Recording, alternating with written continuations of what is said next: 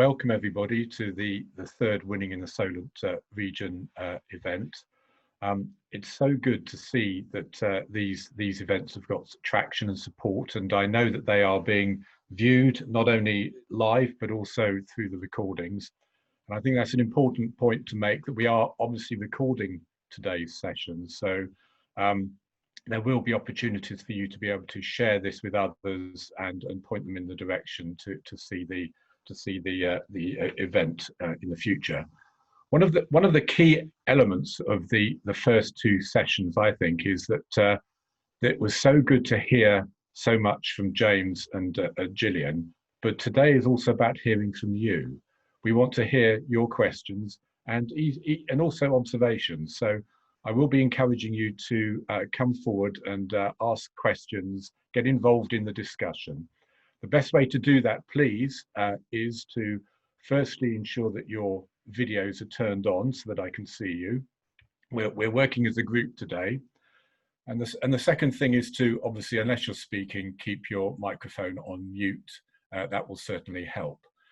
We're joined today, as we have been from the first two sessions, by Gillian Saieva, who's the Head of Business, Finance and Accounting and Higher Degree Apprenticeships at Solent University. We're also joined by James McCalman, Professor of Leadership Studies at University of Portsmouth Business School. We're going to be hearing a lot from them, and they're going to be reinforcing an awful lot of what we've been hearing from the last two sessions. But also, this is an opportunity to explore new thoughts. This is a constantly changing landscape, and I think it would be good to hear where you are, what your thoughts are, what your concerns are. This is the third of our sessions, but this is a partnership that is built between the two universities, Hampshire Chamber and others, in order to take forward this programme. And we're looking forward to working with you all and with each other over the next 12 months. And hopefully next year, some of that will be live and in the flesh and not entirely on Zoom. But I will say, I think this is going to form a part of the way that we do things together because it's been so successful. So to kick things off, and just to remind us all of how we've got to where we are, I'd like to ask both Gillian and James just to give us a very brief 2 minutes update, a review of the insights that they provided during the first two sessions. And this will give you the chance to think of the questions that you want to ask. The best way to do that is to put that on either chat or, I think preferably, raise your hand. You can either do that yourself physically, I'll keep my eye open for you on the video, or you can do that by raising your hand on the participants section, and I will ensure that you're given the chance. All you have to do is unmute and ask the question directly. This is very much an interactive thing. But to kick off, could I please ask Gillian first, just to give a couple of minutes update on where her thinking is and remind us of the things she said over the first two sessions. Gillian. Thank you very much, Ross, and hello, good morning everyone. Lovely to see you all here and some familiar faces back again. So reflecting on the previous two sessions, Ross, what I want just to share with you all is the work that I drew upon for those sessions was essentially based on the CMI's toolkit, which is known as the Better Manager's Manual. James focused on the wider leadership aspects, I focused on the management aspects. The CMI has developed this toolkit as a practical guide for businesses to help navigate their way through the impacts of COVID-19.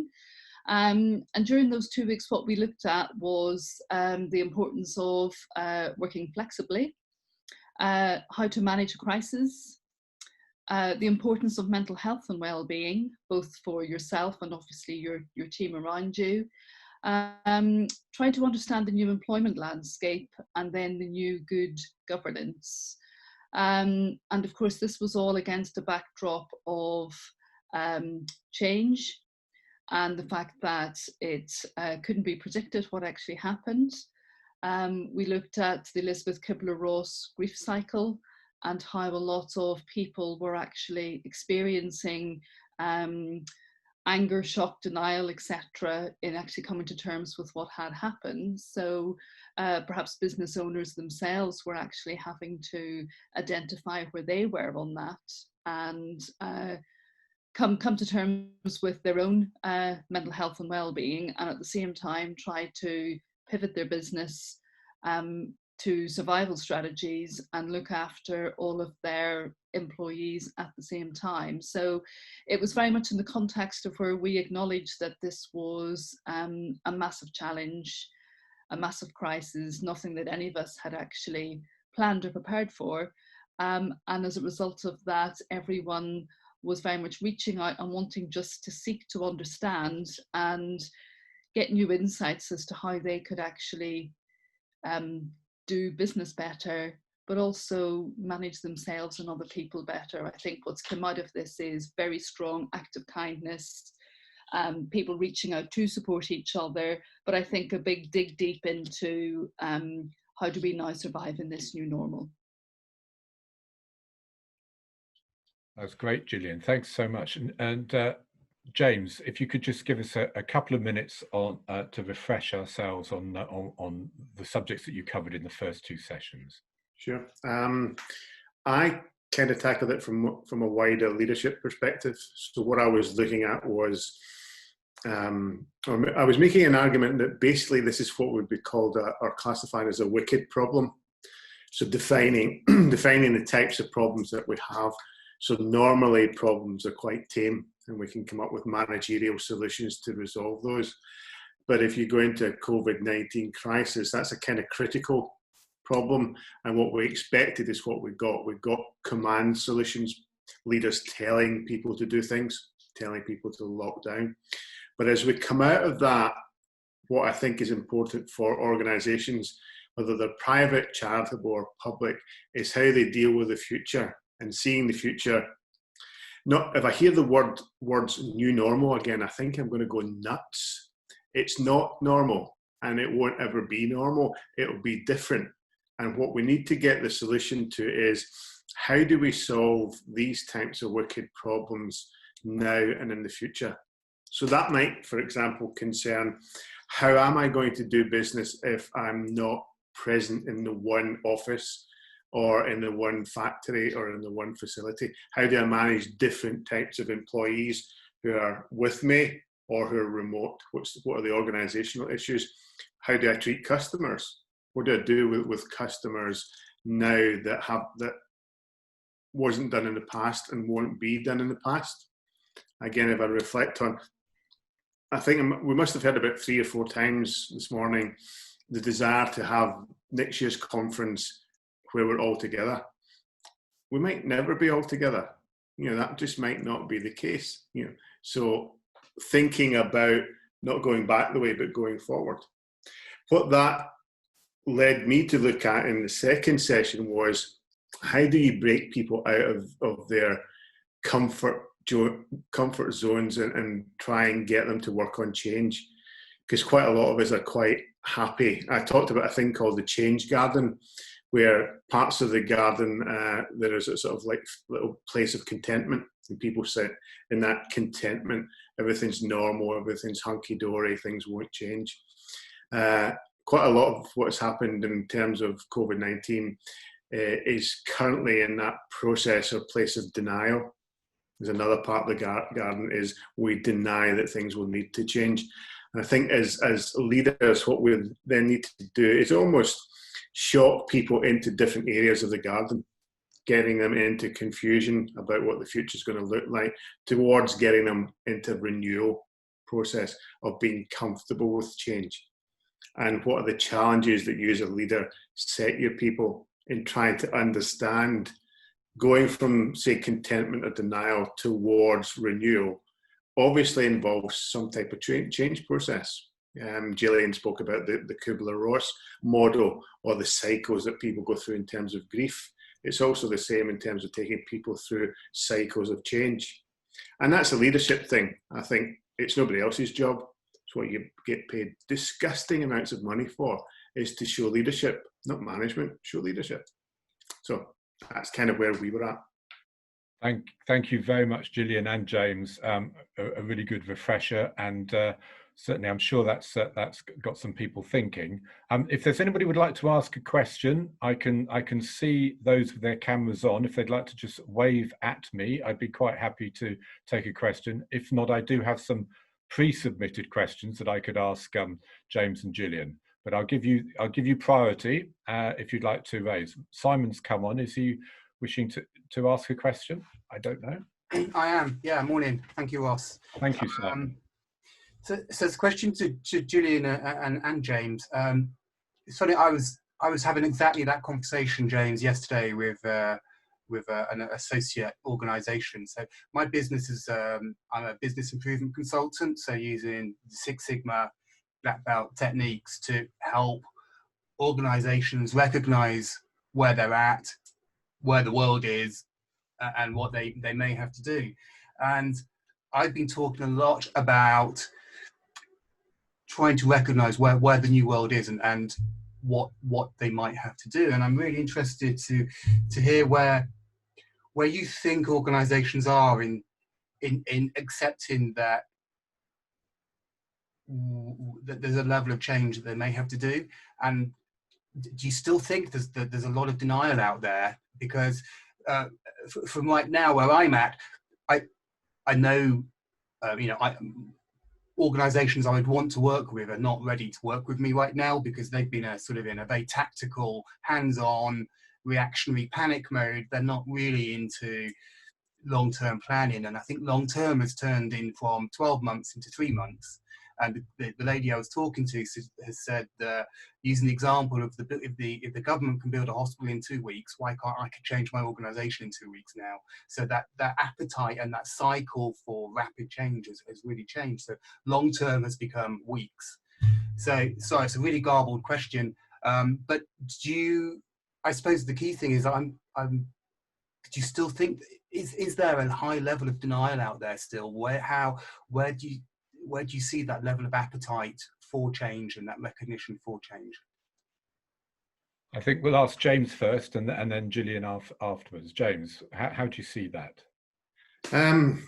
Well, it's interesting because I get similar types of messages from clients as well. I think if I was classifying, I think they're in that borderline of the garden between denial and confusion. So there's quite a lot of organisations who know that things will need to change, but they've not got that final push to get over to say, yeah, basically we need to make these alterations. You've got quite a lot of them who have said, yeah, we are going to have to change, but they're confused about how they're going to go about it, which is probably where you would be best fit in terms of bringing in some help and assistance to them. But I think there's also this I think once you've gone through this, it's almost like grief. Once you've been through some major cataclysmic change like this, it takes a bit of time for people to grasp the nettle again. It's almost like we're exhausted. We've been exhausted mentally, psychologically. So do we have to go again? And it's almost like that's why I was being quite provocative, saying, yeah, you do. That's your job. Your job as a leader is to get us going again, whether it's for you as an organisation or whether it's for organisations in the Southeast helping other organisations, whether it's local government or national government. That's what leadership is about. Leadership isn't a management science. It's bigger than that. There are aspects of management attached to it, but at the end of the day, somebody has to turn around and say, this is my responsibility. This is the way I want to see things happening. I noticed there was a question in the pre-questions about my workforce being treated. The ones that are at home seem to be superior to the ones that are in the workplace. That, if nothing, if not a leader's job to grab that by the neck and say, enough. We don't have second-class citizenship in this organisation. Here is what's important for these individuals. Now get on with it. And that would be my argument: is push them forward. Just keep asking them serious questions continuously, and just say, you reflect back onto them, I get the feeling that you're not making these decisions or you're not ready. What's holding you back? Because that's a good business consultant, reflects to people like a good coach on what he or she sees from them and lets them get to the right place. But yeah, I would say people are borderline denial confusion. Okay. And it's interesting you talk about, I call it like the change fatigue, and it's that we've got to pick up our bits and get going again. We can't wallow. Change fatigue is a well-known phenomenon, and you can imagine how exacerbated it has been over the course of the last 5 months. Yeah. It was a normal phenomenon prior to this happening. It's now been exploded out of all proportion. But again, I think two aspects here: strategic and leadership. Strategic, smart organizations are not going to be thinking 3 months, they're going to be thinking what's going to happen in mid-March next year and be looking to that. So there's a strategic side of it. And then there's a leadership one, which is to say, recognizing your role and responsibility. It's not about heroism, and it's certainly not about that sort of Jack Welch phenomenon. It's more about taking care of business from a leadership perspective. Indeed. Thanks very much, James. We have a question coming in, which I'll get to afterwards. But first of all, in response to Simon's, Gillian, please, let's have your insights. Yeah, so Simon, a very good question. And I think in my response to it, I draw upon the update that Pete Hooley shared at the beginning of the session, which are the early findings from the survey that's been sent out around the Hampshire region. And I think you can probably draw some insight from that as well, where obviously 30% of the businesses do want to grow, okay, which is really positive. I think it's interesting the context against that, where 45% of those businesses are actually family businesses.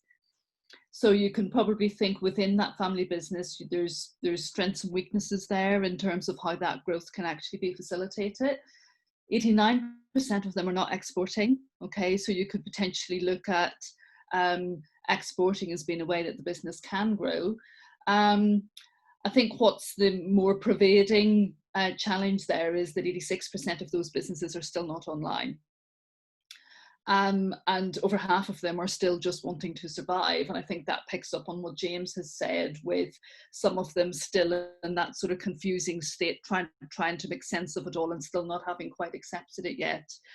If I was to draw upon my own experience of small businesses that I've had the opportunity to work with during COVID-19 pandemic, what I have seen is an example of obviously a family business that still wasn't online, certainly not exporting, wanting to grow, but having to actually make some fast changes and in that sort of shock of it all, still having I suppose the survival adrenaline to actually look for new consumers, look for new ways to actually get their product to market. So what they've done, they've put in some short-term plans to obviously adjust their product range, adjust it to a new customer base, and very much supporting the going local approach, where let's not go to supermarkets, let's try and get people to obviously shop local. But what I'm seeing now with this actual business, they're actually embracing their bounce back loan and using the bounce back loan to actually invest in a management information system for the business that will actually sustain greater growth in the future, and help them really align everything from their purchasing processes right through then to their ordering processes. And with that, they then are building their website alongside this MIS system that will of course be the whole back end of it. So I think they're almost seeing the pandemic now in reflection, probably a good thing that has actually happened to their business, because it's made them actually sit up and actually have a bit of a awakening and think, wow, right, we actually really need to embrace a more sustainable way of operating moving forwards. And they've actually sustained a lot of their income through by adjusting quickly to new product lines and getting a more local customer, as opposed to being a B2B. They've went B2C. But it's building that sustainability in now. So I'm seeing perhaps a little bit of acceptance of what that might look like. But I think from your business position of obviously being a business improvement consultant, it's then looking at, okay, well, how do you embrace these systems then for more sustainable managed growth moving forwards, and how you sort of build on obviously having that sort of nucleus of at least having a management information system in your business that then can give you a much better stability to actually build your growth from. So I do see opportunity. What I probably see is a lot of businesses are still just in panic mode, and they need people like yourselves. They need people like universities and business schools to actually reach out and work with them to help how to align their business for growth. So I think there's probably a bit of backtracking has to be done to actually build sustainable foundations for these businesses before we then really look at this upscaling of that growth. Thanks very much, Gillian. I think one of the messages, we need to change the way we change, and I think it's a very interesting point. I think Sandeep, if you'd like to unmute yourself, Sandeep, and perhaps ask your question, that would be very welcome. Thank you, Sandeep. Morning. Good morning. My question. Yes. It was simply a comment because based on what both Gillian and James have said, I think the definition, Simon, that you mentioned about long-term, short-term, in the business world, and certainly in commercial lending and banking, whereas in the past, banks and lenders have asked you to predict the future and forecast, they're now looking retrospectively. They want to know the performance of the last 2 to 3 years of that business. The forecast, given the uncertainty and predictability of what's happening at the moment, has had to be reduced to what's happening literally month by month. What's your management information showing you? Can you actually predict the future quarter by quarter? And as you reach the end of that quarter, what does it look like? So did your performance actually, let's say from now till September, was it 50% of last year?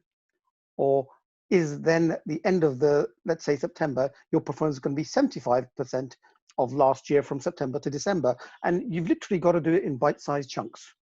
And in response to some of the comments made about whether businesses are in crisis or are not, or denial or whatever, in my experience in dealing with a lot of businesses, what I'm finding is that they haven't planned. There has been no contingency planning. It's difficult to plan for something you don't know, but the normal requirement for a business is to have a plan, to have an exit strategy, or to have diversification in place, all these things. The where businesses have let themselves down is there's not enough thought going into where they're going with all of this. And this is where, as Gillian has said, my work, your work actually can come in and help them and say, come on, put some structure into this. I know that Henry talks a lot about collaboration, etc. He and I work together, but your competitors could be your obvious future partners. You don't have to compete with them. You could align your business model to work with them in this period to actually ensure sustainability and growth for both your businesses. These are the kind of things that I've been talking about in terms of during the last 4 months in terms of my business. Thanks very much, Sandeep. Operating in extraordinary levels of uncertainty. Is anybody would like to add or comment on Sandeep's observations? And that includes Simon, if you would like to. Very happy. Otherwise, I will go to one of the pre-submitted questions. I think you've achieved your objective there, Sandeep. Absolutely. I think it's well done. It's I think some very good observations. There are some very interesting questions provided in advance of the session, and I'd like to pick up on one, which I'd like to really, first of all, ask Gillian to comment on, which is around home working, I suppose. And working from home does have positive benefits, but it can also have a negative impact on local economies. Like for example, the city centre coffee shops, the sandwich bars, catering establishments, all have been put in place, built around the provision of large employers and employees around those scenes. and that's all changing. So how could large employers, it's an interesting thought, how could those large employers balance their workforce needs with the footfall needs in their local economies? Because obviously their changes are having impact on many other people's businesses. So some comments on that would be really worthwhile. Gillian, over to you. Okay, thank you, Ross. So my reflections in this area really come from initially thinking of, okay, so this pandemic has came in, it's swept everyone off their feet without even realizing it. And when we look back at seismic change that has happened across worlds, countries, economies, sectors, etc., things come in and out of fashion, okay? And it's very hard to predict them coming in. It's very hard to stop them coming out of fashion again. And I think what we potentially will be seeing is these larger organizations who are having to make very big strategic decisions based on the survival and the financial well-being of that organization. And we know already that, for example, Canary Wharf in London, a lot of the banking industry is actually making some hard decisions now about actually keeping their head offices in that very expensive plot of land, which of course it's a massive cost. And of course, to bring staff coming in and out of that to actually work there. What we actually are seeing is those organisations deciding that no, we're actually going to reduce our office space because we've seen the productivity of people working from home. And of course, we know when these organisations are making these larger decisions, which of course will impact on the culture of how people work and the subcultures of economies that exist as a knock-on of that. I predict what we will see is the subcultures of economy within that will probably die and have to change. Now, we know some people might argue, well, where's the social responsibility for the organisation? Surely we should be doing what we can to keep high streets and city centres, town centres alive. And yes, of course, that is important. But I'm very conscious there's a much bigger evolution at hand here that we can't be exponentially smoothing for the rest of our lives. You know, nature has to take its course and the strongest of the species will survive. And if the need for one business is no longer there, yes, that business may decide to close its business, but then other business opportunities will come on the back of what the new business is. So, for example, with all the home working, we know already that a lot of builders and interior designers are very busy with doing loft conversions, with doing extensions, where people are now deciding that this actually is a new change in lifestyle, and they're thinking about the way that they're actually living and working within their homes. So there comes business opportunity for the building and construction industry, for the interior design and soft furnishings industry, with having office space created within your home, etc. So you go and buy try to buy yourself a nice office chair on wayfair.co.uk, and most of them are out of stock.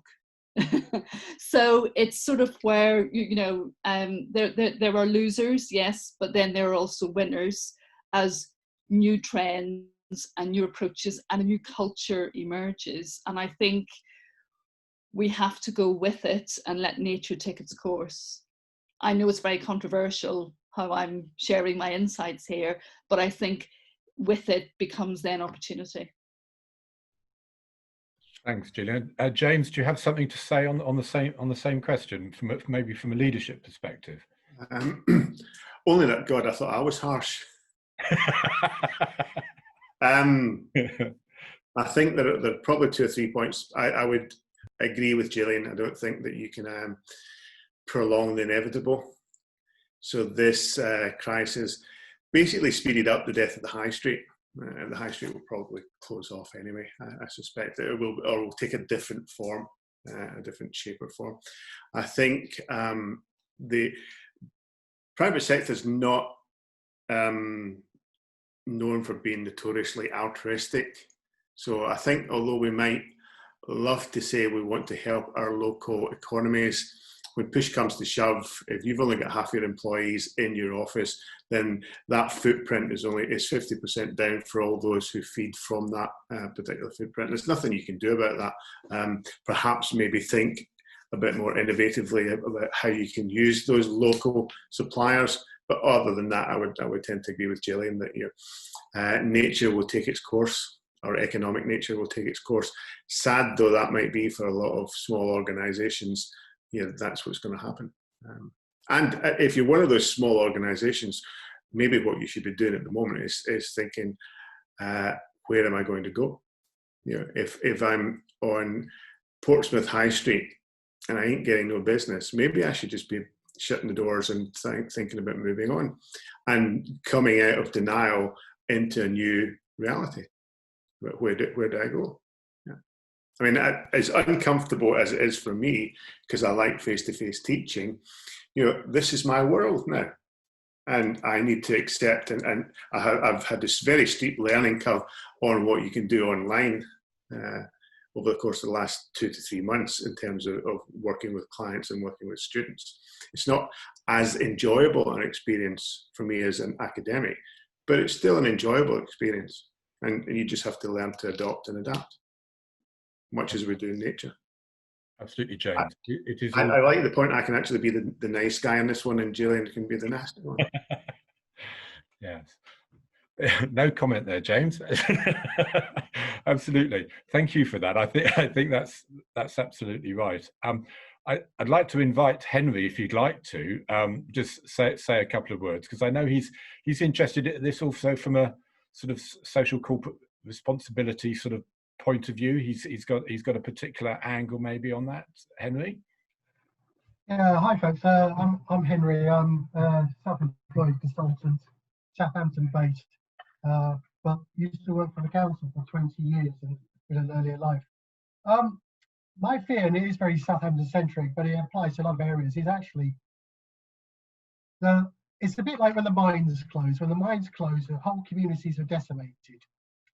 And we all know that the vast majority of people who've been affected by COVID-19 are young people, the sort of 20s to 30s, sort of work in hospitality, retail, leisure, and the rest of it. My fear is if organisations don't get their white-collar office staff back to work and contribute to the local economy, saying yes, the city centre will die, and it'll be a long, lingering death.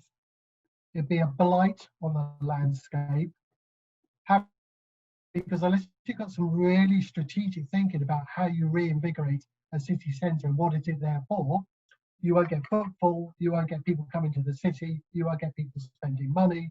So the economy keeps spiralling down and down and down. And it's just a real fear I have. And something you mentioned earlier on today about sort of a two-tier workforce, and it does appear that, I'm not a trade unionist, I'm not a Marxist, I'm not any of that stuff, but it does appear that if you're white collar, you're office based, you can work from home. And yet huge swathes of our population have been out working every day since this started.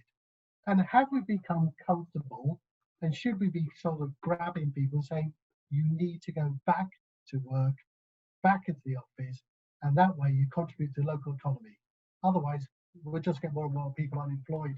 That's my fear. I could talk about strategic leadership and collaboration later on, but that's my...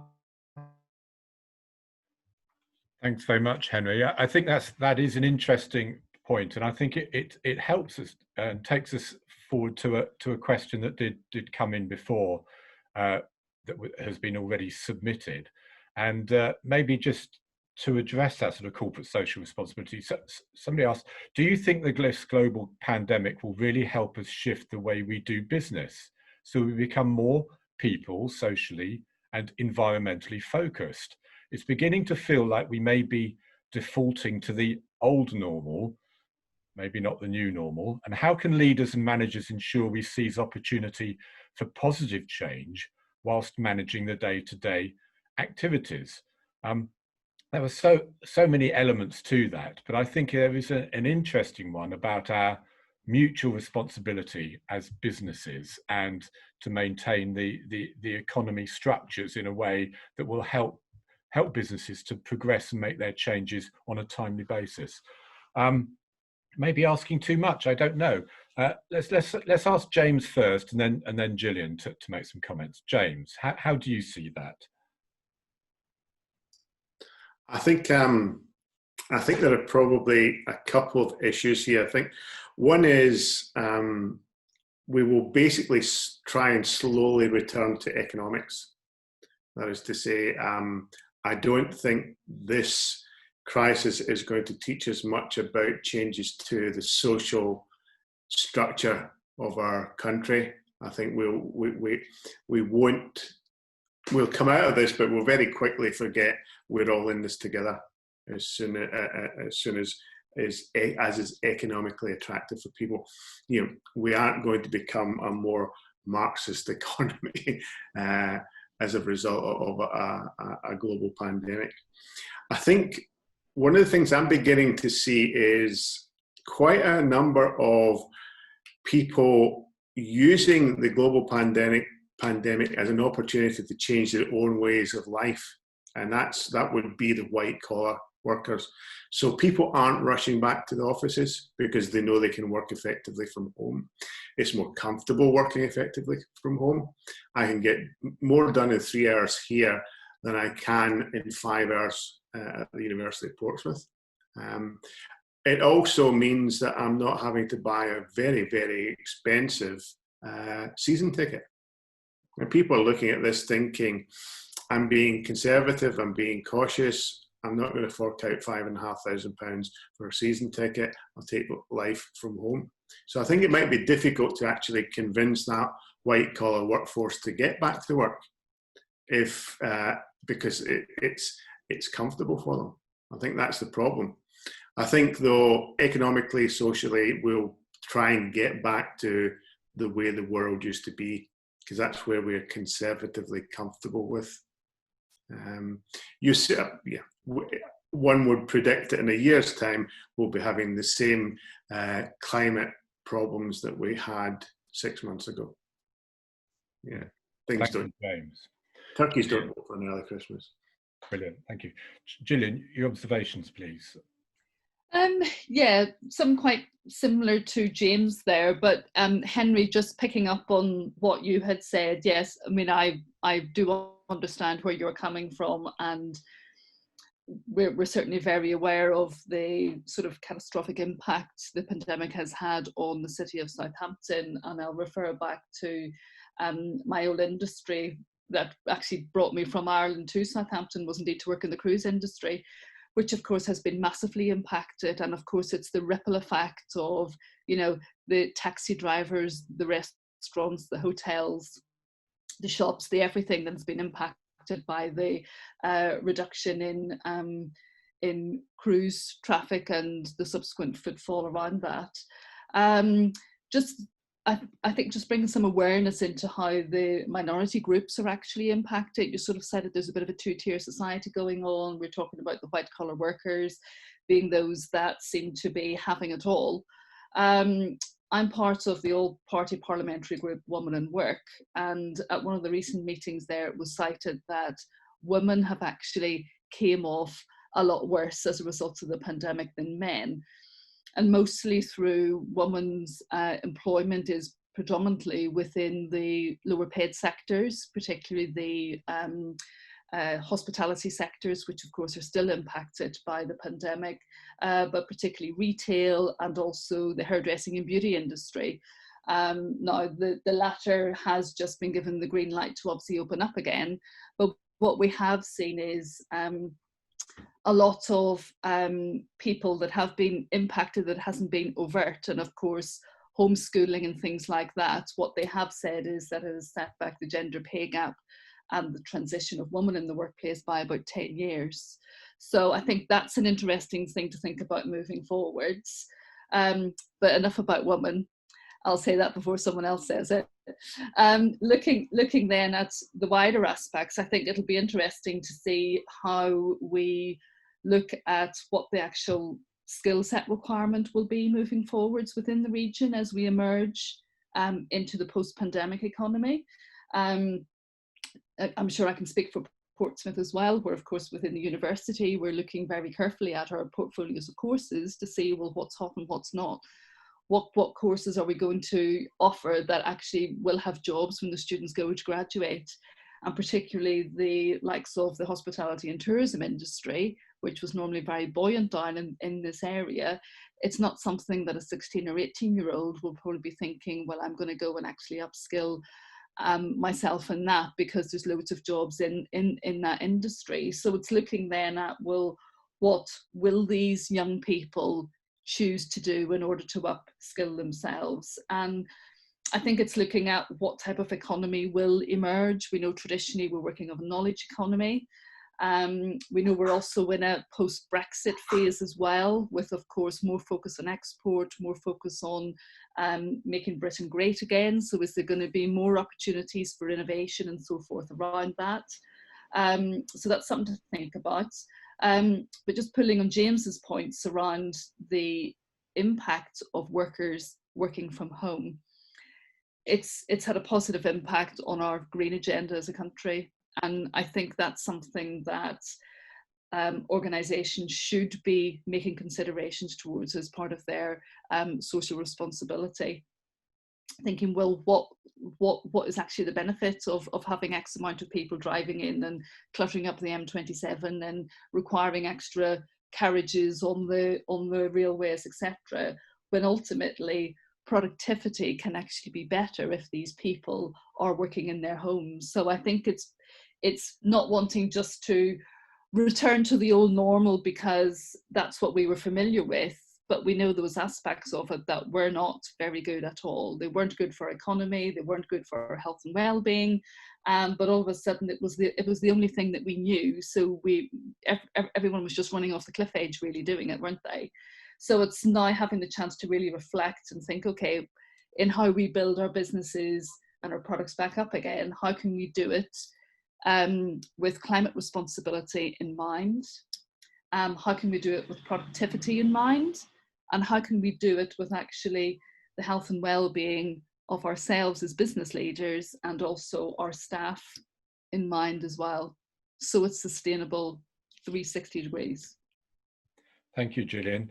I'm going to, because we've got 10 minutes to go, and I would just like to ask you both to just consider this. If you have 15, 16-year-old in front of you, they are obviously thinking about going to university, they're thinking about their career, they're thinking about the future, and they're in the midst of the biggest social, economic, and one might say cultural change that's ever fallen upon society. Certainly in our reasonable living memory, and certainly in our historical understanding, I think. What would you say if you just had the chance to say two very wise things to that 15-year-old right now? What would those two very wise things be that you feel would help them steer their course a little bit better towards this new economy in this new way? And because I know he can claw this from the top of his head, I'm going to ask James to go first.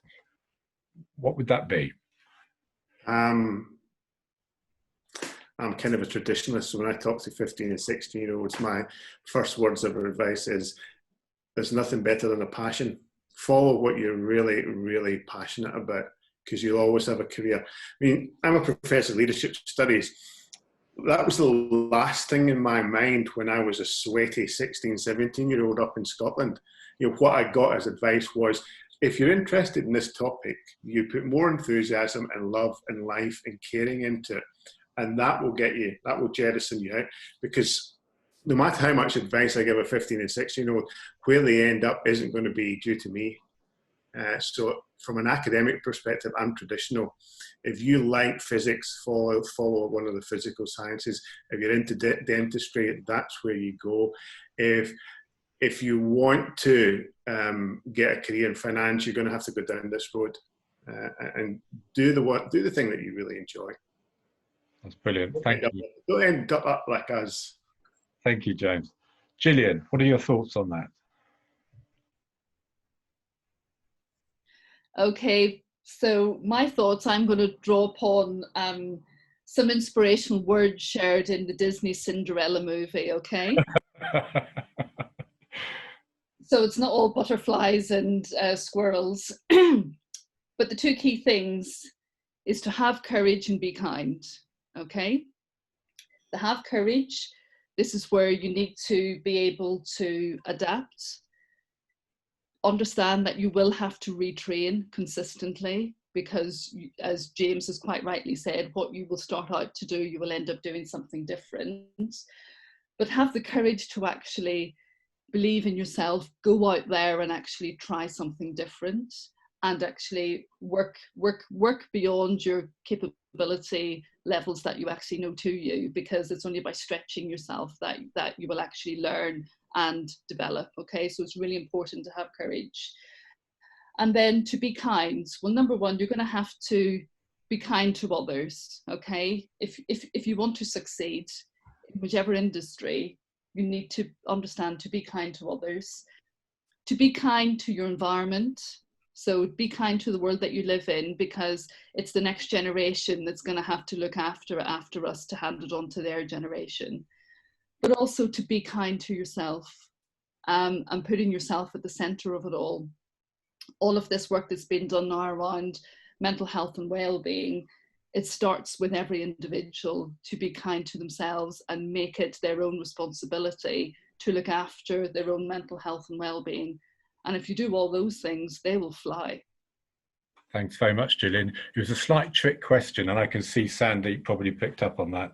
The situation is, of course, that same advice we could give ourselves at any stage of our lives. And this is the key to it. We get so lost in our careers and so lost in our sectors and so lost in our own experiences that we sometimes forget that this constant change, this constant challenge we should address with positivity.